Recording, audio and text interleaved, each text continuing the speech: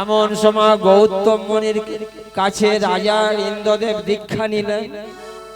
আর রাজা ইন্দ্রদেব দীক্ষা নিয়ে ওই অহল্যার এত রূপ লালসা তার দেখে সে মুক্ত হয়ে গিয়ে তখন ওই এবারে লক্ষ্য রেখেছে কাকে, না সত্য যুগে ওই আমাদের যে এখন মোরক হয়েছে ও সত্য যুগে ছিল রাম পাখি। ওই মোরকের ডাকে কত যোগী ঋষি সাধু সন্ন্যাসী ওই নদীতে স্নান করে আসে ভোরের প্রভাতের ডাকে গিয়ে। এমন সময় রাজা ইন্দ্রদেব বলল কাকে, ওই রাম পাখিকে ডেকে বলল, শোনো রাম পাখি, তুমি ওই নিশি প্রহরের যে ভোরের রাতে যে ডাকটা দাও তোমাকে ডাকতে হবে নিশি প্রহরাতে। কেন? আমি নিশি প্রহরাতে ডাকবো কেন?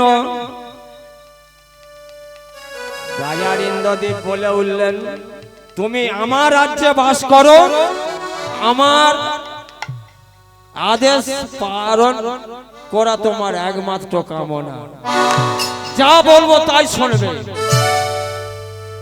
মোরক বলল ঠিক আছে, আমি ওই নিশি রাতে যে ডাকটা দিতাম আমি ওইটা ভোর রাতে দিয়ে দেবো।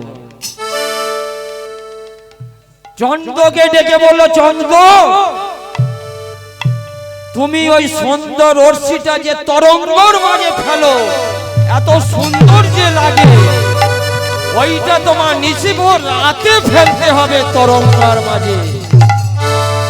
কেন রাজা ইন্দ্রদেব, কেন কথার মাঝে নেই?